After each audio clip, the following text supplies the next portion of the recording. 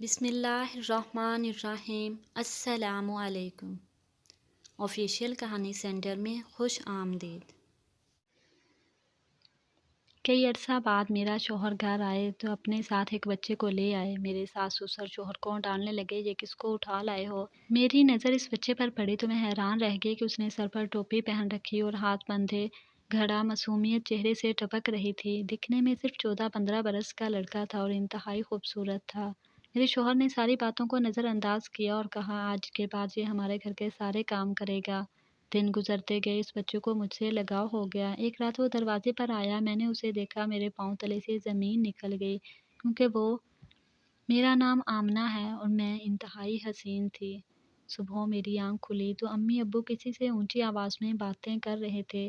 ان کی آواز اتنی اونچی تھی کہ میں پریشان ہو کر باہر آئی تو خوشی کی انتہا نہ رہی کہ سامنے میرے شوہر کھڑے تھے۔ برسوں بعد وہ گھر آئے تھے، انہیں گھر سے گئے سالوں ہو گئے تھے، لیکن آج انہیں سامنے دیکھ کر میں سارے گلے شکوے بھول گئی۔ پھر میری نظر ان کے پہلو میں کھڑے ایک دبلے پتلے کم عمر لڑکے پر پڑی جو سہما ہوا تھا۔ اماں اور ابا اس کی وجہ سے میرے شوہر سے لڑ رہے تھے۔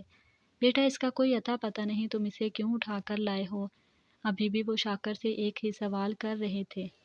امی جان، میں اسے اپنے لیے تھوڑی نہ لایا ہوں، یہ تو میں آپ لوگوں کی خدمت کے لیے لایا ہوں۔ اسے زمیندار صاحب نے مجھے دیا ہے۔ آپ تو جانتے ہیں بہاولپور کے زمینداروں کی سخاوت مشہور ہے۔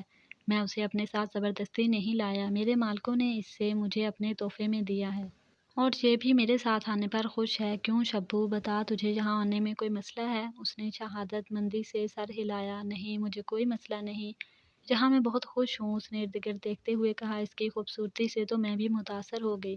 میں عورت تھی مگر اس کے نقشہ آنکھوں میں ایسی چمک تھی کہ ایک لمحہ کے لیے میں بھی ٹھٹک کر رہ گئی۔ اس کا حسن تو کہیں بہت ہی بڑھ کر تھا۔ اس نے سر پر ٹوپی پہن رکھی تھی اور ہاتھ بندھے کھڑا تھا۔ اس کا انداز بہت مؤدبانہ تھا۔ اماں ابا نے خود بحث کی کہ میرے شوہر کو بہت ڈانٹا کہ کہاں تم نے ہمارے اجازت کے بغیر گھر میں جوان لڑکے کو رکھ لیا، کل کو یہ بڑا ہو گیا تو بہو اور ہماری عورتوں کے لیے مسئلہ ہوگا۔ مگر میرے شوہر نے کسی کی نہ سنی اور میں بھی خوش تھی کہ انہیں میرا کس قدر خیال ہے جو میرے لیے ایک خادم ہی لے آئے جو ہر وقت میری خدمت کرے گا اور میں کوئی کام نہ کروں گی۔ ویسے بھی شاکر بہت عرصے کے بعد واپس آئے تھے، میں ان کے ساتھ کچھ وقت بتانا چاہتی تھی۔ لڑکے نے، جس کا نام شبو تھا، آتے ہی سارے گھر کا کام سنبھال لیا۔ ہم لوگ بھی خوش تھے کہ گھر میں ایک طرح کا سکون ہو گیا۔ مگر ایک دن میں صبح اٹھی تو میری ساس سر پکڑ کر بیٹھی تھی۔ ان کے چہرے سے لگ رہا تھا کہ وہ بہت پریشان ہیں۔ ان کو اس حالت میں دیکھ کر میں چونک گئی۔ نہ جانے کیا ہوا ہے، میں نے پوچھا تو کہنے لگی، کیا بتاؤں، آج کل کی عورتوں کو نہ جانے کیا ہو گیا۔ تم لوگ تو اپنے زمانے میں 10 کلومیٹر کا فاصلہ صرف پانی بھرنے کے لیے طے کرتے تھے، مگر آج کل کی عورتیں تو اپنے گھر کا کام کرنا بھی توہین سمجھتی ہیں۔ اچھا طریقہ ہے کسی کو باتیں سنانے کا۔ میں نے دل میں سوچا، اچھا اب کیا ہو گیا؟ میں نے بیزاری سے پوچھا، بیٹی یہ شبو ہے نا، مجھے اس پر اعتبار نہیں، باہر کا لڑکا ہے، خدا جانے کیسا ہو، گھر میں ہم عورتیں بھی ہیں، کل کو یہ بڑا بھی ہوگا، ہمیشہ ایسا تو نہیں رہے گا نا؟ میری ساس نے فکر مندی کا اظہار کیا۔ ماں جی، لگتا ہے آپ کو میری آسانی سے سب سے بڑا مسئلہ ہے، آپ چاہتے ہی نہیں کہ میں گھر میں آرام سے رہوں۔ میں نے شکوہ کر ڈالا، نہیں بیٹی، ایسی کوئی بات نہیں، چلو تم کہتی ہو تو میں خاموش ہو جاتی ہوں، مگر یہ سب ٹھیک نہیں ہے۔ میں نے ان کی بات کا جواب نہ دیا اور ان کی بات کو کاٹ دیا، اپنے کمرے میں چلی گئی۔ ویسے بھی تو شبو ہر وقت میری خدمت کے لیے موجود رہتا ہے، پھر مجھے اس سے کیا ڈر؟ دبلا پتلا اور فرما بردار بچہ تھا، 14-15 برس کا ہوگا۔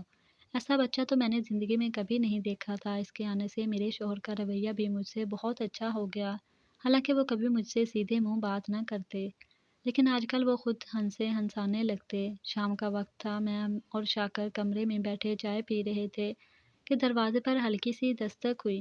میں نے دیکھا تو سامنے شبو کھڑا تھا۔ کیا بات ہے شبو، اس وقت کیوں آئے ہو؟ میرے شوہر نے قدرے غصے سے پوچھا۔ آنے دیں، بیچارے کو کوئی بات کرنا ہوگی۔ سر جھکا کر بڑے دھیمے لہجے میں بولا، مالک میری طبیعت خراب ہے، میں کام نہیں ہو رہا، اگر آپ 2 دن کی چھٹی دے دیں تو میری طبیعت سنبھل جائے گی، ورنہ میں یہ کام نہیں کر پاؤں گا۔ اس کی بات سن کر میرے شوہر کو غصہ آ گیا۔ نہیں بیگم صاحب مل کر جا رہی ہیں تمہیں آرام کرنے کی کوئی ضرورت نہیں، میں نے تمہیں یہاں خدمت کے لیے بلایا ہے، آرام کے لیے نہیں۔ شاکر نے اسے ڈانٹ کر بھیج دیا۔ میں حیران تھی کہ انہیں اتنا خیال ہے میرا۔ میں نے صبح ہی جاننے کی بات کی تھی، شاید لگتا ہے شبو کا دل لگ گیا ہے میرے ساتھ۔ میرے گھر سے جانے پر وہ بہت اداس ہو رہا تھا، اسی لیے بیماری کا بہانہ کر دیا۔ اگلی صبح میں چلی گئی۔ میں بہت خوش تھی کہ کافی عرصے کے بعد اپنے ماں باپ کے گھر آئی تھی۔ امی کو بھی بتایا کہ میرے شوہر میرا بہت خیال رکھتے اور ایک ملازم لڑکا جو ہر وقت میری خدمت میں لگا رہتا ہے۔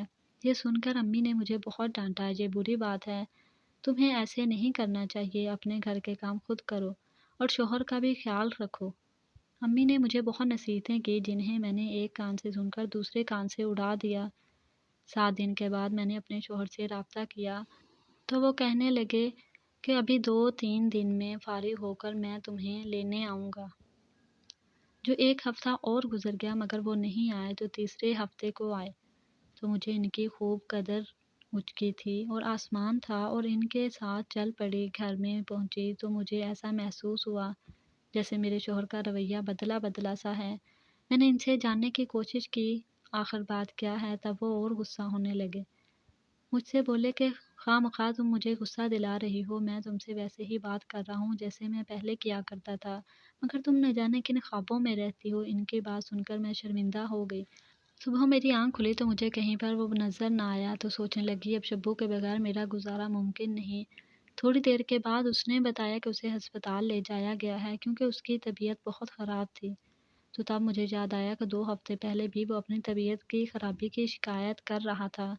رات کو وہ ہسپتال سے واپس آ گیا۔ اس نے ایک بڑی سی چادر اوڑھ رکھی تھی اور سر پر وہی ٹوپی تھی جو ہمیشہ موجود رہتی ہے۔ اس کا حال چال پوچھا تو دھیمی آواز میں بولا بس ٹھیک ہوں۔ میں اس کی یہ حالت دیکھ کر غمگین ہو گئی۔ اپنے ماں باپ سے دور وہ ہماری خدمت کے لیے بیٹھا تھا۔ میں نے اسے کمرے میں بھیجا، تم جاؤ بیٹا، میں تمہارا خیال رکھوں گی، کوئی ضرورت نہیں ہے کام کرنے کی۔ میں نے اس نے سعادت مندی سے سر جھکا لیا اور اپنے کمرے میں چلا گیا۔ 2-3 دن میں نے بھی اس کا جی جان سے خیال رکھا، مگر جب ایک ہفتہ گزر گیا، گھر کے کاموں میں مجھے اس کی ضرورت محسوس ہونے لگی تو میں نے اسے کہنا شروع کیا اب تم کام کے لیے تیار ہو جاؤ، میں نے تمہارا بہت خیال رکھا ہے، تمہاری صحت بھی بہتر ہو گئی ہے، اب تم میرے کام میں مدد کیا کرو گے تو میں تمہارا خیال رکھوں گی۔ اس بات پر اس نے کوئی دھیان نہ دیا، جس پر مجھے بہت غصہ آیا کہ کہاں سر جھکا کر سارا دن کام کرنے والا شبو اب ایسا کیوں کر رہا ہے۔ وہ ہر وقت بیٹھا رہتا، آرام کرتا، مجھ سے چیزیں مانگ کر بستر پر ہی کھاتا۔ میں بھی زیادہ برداشت کرنے والی نہیں تھی، اس کو اچھی خاصی سنا دی کہ اگر تم کام نہیں کرتے تو یہاں سے چلتے بنو، ہم پر بوجھ بننے کی ضرورت نہیں ہے۔ یہ باتیں میرے شوہر نے گھر داخل ہوتے ہوئے سن لی۔ تمہاری ہمت کیسے ہوئی ایسا بولنے کی؟ اور شبو کو میں اپنے ساتھ لگا لیا۔ تب انہوں نے ایک کالے رنگ کا شاپر شبو کے ہاتھ تھما دیا۔ یہ کیا ہے؟ میں نے غصے سے پوچھا۔ یہ کیا ہے؟ پہلے ہی میرے لاڈ نے اسے سر پر چڑھا رکھا ہے اور خبردار اس کے بارے میں ایک لفظ بھی کہا تم نے جو یہاں سے چلی جاؤ، اگر جانا ہے تو۔ اس بات پر میں حیران رہ گئی، ایک معمولی نوکر کے لیے مجھ سے اتنی بدسلوکی کر رہے تھے میرے شوہر۔ میرا دماغ پھٹنے لگا لیکن میں اس بات کو نظر انداز کر دیا کہ خیر میاں بیوی کے درمیان ایسے باتیں ہوتی رہتی ہیں۔ میں اپنے شوہر سے دوبارہ صلح کر لی، وہ بھی تھک گئے اور شبو نے بھی دوبارہ اپنی زیادتیاں سنبھال لیں، لیکن اب اس نے ٹوپی کے ساتھ ساتھ شال بھی اوڑھنا شروع کر دی۔ اب تو اس کی چال ڈال بھی عورتوں جیسی تھی۔ میری پڑوسن ہمارے گھر آئی، وہ جب بھی آتی ساتھ اچھے مشورے لاتی۔ شبو نے اس کو چائے لا کر دی۔ اے شبو، اس نے اسے سر سے پاؤں تک دیکھا اور سرگوشی میں کہا تم نے کچھ سوچا ہے اب اس کا کیا کرو گی؟ اس کو گھر سے نکالو، اس کی چال ڈھال صحیح نہیں، اس کو دیکھو تو کہیں سے یہ لڑکا نہیں لگتا، تم خواہ مخواہ اپنے لیے مشکلات پیدا کرو گی۔ انسان کو ہمیشہ احتیاط سے کام لینا چاہیے۔ میں بہت حیران رہ گئی کہ بھلا اس شبو سے مجھے کیا خطرہ ہو سکتا ہے۔ اس کی باتوں سے میرا دل برا ہو گیا شبو کی طرف سے، لیکن میرے پاس کوئی خاص ثبوت ایسا نہیں تھا کہ جس کی وجہ سے میں شبو سے لڑتی جھگڑتی اور اس سے گھر سے باہر نکال دیتی۔ ایک دن صبح میں ناشتہ کر رہی تھی اور شبو کو آواز دینے لگی، لیکن میں نے میری کسی بات کا جواب نہیں دیا۔ میں اٹھ کر اس کے کمرے میں چلی گئی۔ آج اس کا دروازہ غلطی سے کھلا تھا۔ میں نے دیکھا شبو نے سر سے ٹوپی اتار رکھی تھی۔ میں نے اس کو بنا ٹوپی کے دیکھا تو میرے پاؤں تلے سے زمین نکل گئی۔ وہ منظر دیکھ کر میں کھڑی نہ رہ سکی اور میں دیوار کا سہارا نہ لیتی تو شاید میں وہیں گر جاتی۔ میں لڑکھڑاتے قدموں سے واپس آ گئی۔ اب تو میری ساس بھی خاموش تھی، شاید انہوں نے شبو کے وجود کو قبول کر لیا تھا۔ میں نے سوچ لیا کہ میں اس کو اب گھر میں نہیں رہنے دوں گی۔ شوہر کے آتے ہی میں نے شور مچا دیا، اب اس گھر میں یا تو شبو رہے گا یا پھر میں نے دو ٹوک انداز میں کہا کہ میں اب گھر کا کام خود کر سکتی ہوں، مجھے اس کی ضرورت نہیں ہے۔ ٹھیک ہے، کوئی بات نہیں، جیسا تم کہو گی ویسا ہی ہوگا۔ میرے شوہر نے ایسی بازی پلٹی کہ میں تو حیران ہی رہ گئی۔ میں بھی شبو سے تنگ آ گیا ہوں، بس کل ہی میں اس کا سامان پیک کروا دیتا ہوں۔ ویسے بھی ابھی یہ بڑا ہو گیا ہے، جہاں رہنے کی کوئی تک نہیں بنتی۔ شاکر شبو کے خلاف بولتے جا رہے تھے کہ جبکہ یہ بات میرے لیے ناقابل قبول تھی، ایسا تو کبھی زندگی میں نہیں ہوا تھا اس کے۔ میرے ساس سسر اس معاملے میں بالکل خاموش تھے۔ اگلے دن میں صبح اٹھی تو شبو کا سامان لے کر دروازے سے باہر اسے ہمیشہ کے لیے لے جا رہے تھے۔